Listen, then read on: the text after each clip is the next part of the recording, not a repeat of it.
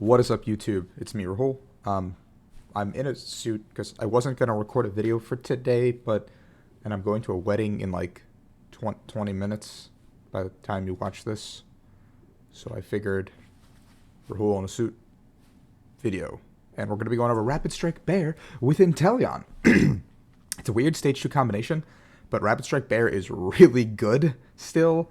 Yes, Shadow Rider is a little bit of a wee bit of a problem, but the Inteleon does help. So I'm not going to do any gameplay today footage, so I'm just going to be doing a deck profile. We're going to jump right into it right now, so just stick with me. We're going to go into the deck, and boom, here we are. Here's the deck. Let's jump into it. I don't have enough time to edit this, honestly, because but Rapid Strike Bear, you guys know it, you love it. I was a huge proponent of this card, played for Players Cup 4. I think Gale Thrust is an insanely good attack. GMAX Rapid Flow is also very good. Post-rotation, it gets way better once Mew leaves the format. Even Shadow Rider becomes a better matchup, because as soon as GMAX Rapid Flow can start hitting the benched the Shadow Riders for like 150 or even 180, all of a sudden the matchup becomes much easier, because you're just doing 2 snipes to end the game onto these bench sitters, as opposed to having to figure out how to deal with Mew and navigate this like tougher matchup. There's a 4-3 line, very standard. You need to get a Rapid Strike Urshifu down turn 1. It's probably the biggest feels bad in the game if you don't get one down turn 1. We play Passimian. I do want a second copy of Passimian somewhere in the deck. I think Passimian is one of the best cards in the deck, if not the best card in the deck with Throwing Coach. You go up 30 more damage, which makes a significant difference in terms of how you're sniping, how you're taking knockouts. Yeah, you could also play a copy of Zigzagoon to get a little bit extra damage on top of that. I don't, because I wanted to opt to play a copy of Mew. Bench Barrier, very good. Helps in Mirror, helps in other decks that do potentially snipe you, Zero Aura, etc. One copy of Dedenne, one copy of Crobat. They are our setup cards that we need in the early game in case our hand is like a doo-doo and we gotta pitch it. We have 4 copies of Sobble that has Keep Calling. Keep Calling is very, very strong because we have 3 basic Rapid Strike Pokemon, so going second we don't feel as bad, because if we open a Sobble or a Rapid Strike Urshifu, which is now 8 of our 9, 10, 11, 12 basics, we are in a very good spot. Keep Calling is also very good because it gets you the rest of your Sobble line to set up and start going, because we're probably going to go for the turn 2 Gale Thrust into a turn 3 Rapid Flow, or set up 2 different attackers.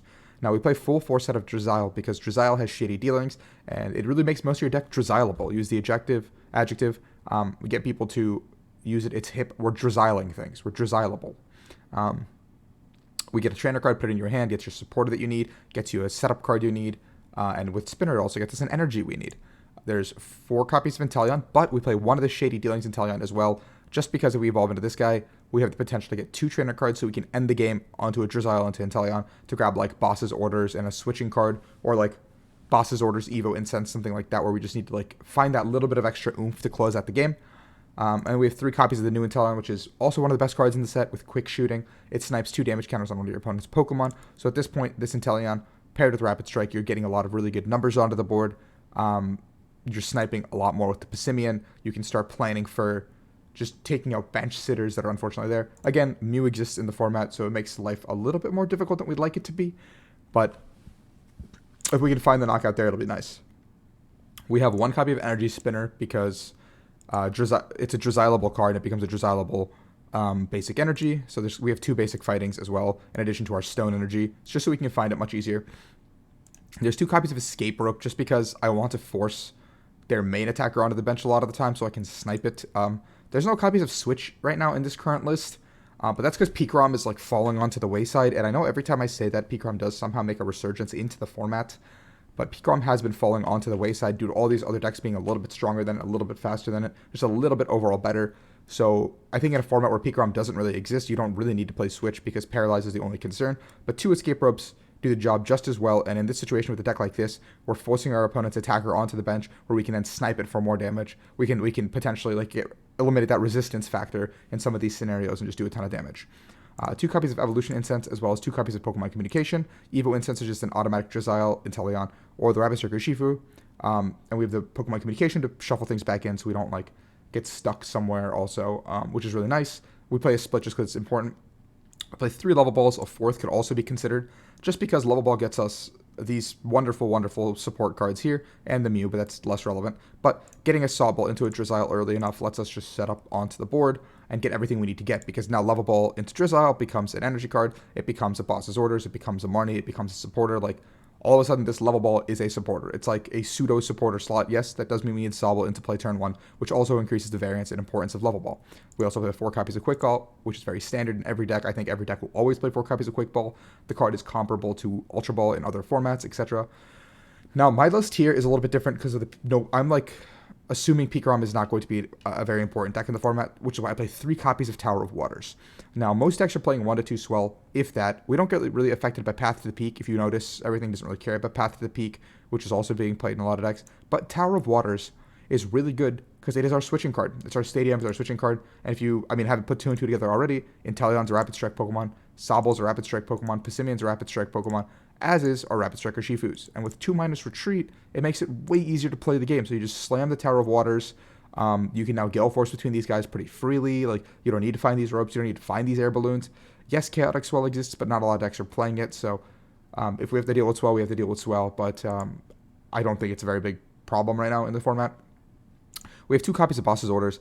Yes, I know that it's only 2, and you're like, Rahul, don't you want to find more things? Because you're talking about like targeting bench sitters and like dealing with that kind of stuff. Yeah, the boss is really only there for Mew, or like cleaning out the game at the very end where we bring up like a Crobat and just like knock, take 4 prizes in 1 turn.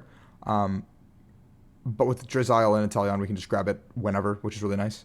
We play 1 copy of Cheryl for the same reason, just because we can grab this with Drizzile, and we can just heal all of our Pokemon like immediately, or like just get a bunch of damage off the board, just finding that 1 turn of tempo we need. I've liked Cheryl since the day it came out. I think this card is broken, especially in cards and concepts like this.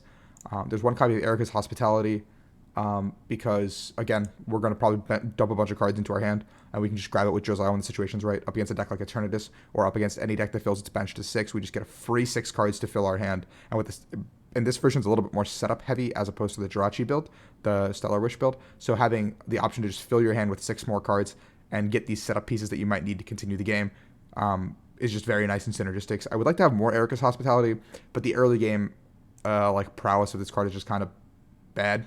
So it's better for the mid to late game, which is like where you really need it. 2 copies of Marnie. Again, not an ideal supporter, but you need some sort of disruption. I was trying to find room for a stamp in here also, but I just can't. List is very tight. 3 copies of Professor's Research. Standard discard draw. Best supporter in the game right now. 1 copy of Air Balloon, 1 copy of Karate Belt, because we might fall behind because we might lose a Sobble early, etc. And if we lose a Sobble early and they like activate our trap card kind of deal, we can just start using GMAX Rapid Flow for Rapid Strike Energy and not take a knockout until we need to, or take all 6 in 1 turn, or something like that, where like this we get hella value out of this Karate Belt. Paired with Passimian, that's 150, very free. And then we end up coming in to clean out the game with the Telescopic Sight, which is 30 more to your opponent's bench, Pokemon V and GX. So now with Passimian and Telescopic Sight, we don't have to worry about dragging up a Dedenne or a Crobat. If they have a Dedenne and a Crobat on the bench, that's literally 180 damage to both of them. 2 knockouts, 4 prizes. I did this the other day. It was crazy. It was like actually disgusting, where like I just like went knockout turn 1 onto like a Blissey, and then turn 2 or 3 I just went double knockout onto their thing, and I was like, wow, that's stupid. I can't believe I just did that. 4 copies of Rapid Strike Energy. Obviously, we need this card. It also serves as an attachment to this guy to Waterfall for 70 if we need to, into like something like Decidueye, for example. Because Decidueye did do really well today in the Limitless Invitational, so keep that in mind as well. You can also attack with... Okay, don't attack with that. That's not something you should be doing. But, yeah, and we have 2 copies of Stone Energy as opposed to the Basic Energy. That's something I'm just trying out right now. It's also a slot that could be Capture Energy, just so we can get our early setup going as well. Just because minus 20 damage could make a difference in terms of Shadow Rider damage, Psychic Weakness. I'm also not playing a Jirachi GX, as you noticed, because a lot of decks like that play Path to the Peak, so we're probably going to lose to those kinds of decks anyway, unless we can just like bench snipe. So we have to be very careful about that, regardless. And in this situation, we don't really need to care about like weakness. I don't know. They're just going to Path to the Peak and blow you up anyway, so it's not worth it. But this deck is really cool. I really like Rapid Strike, and if Shadow Rider goes down a little bit in popularity, this deck could really like shine, I think, in terms of everything that happens with it. But that's the video for today. Tomorrow I'll be streaming a pre-release event from Friend's house in Rockville.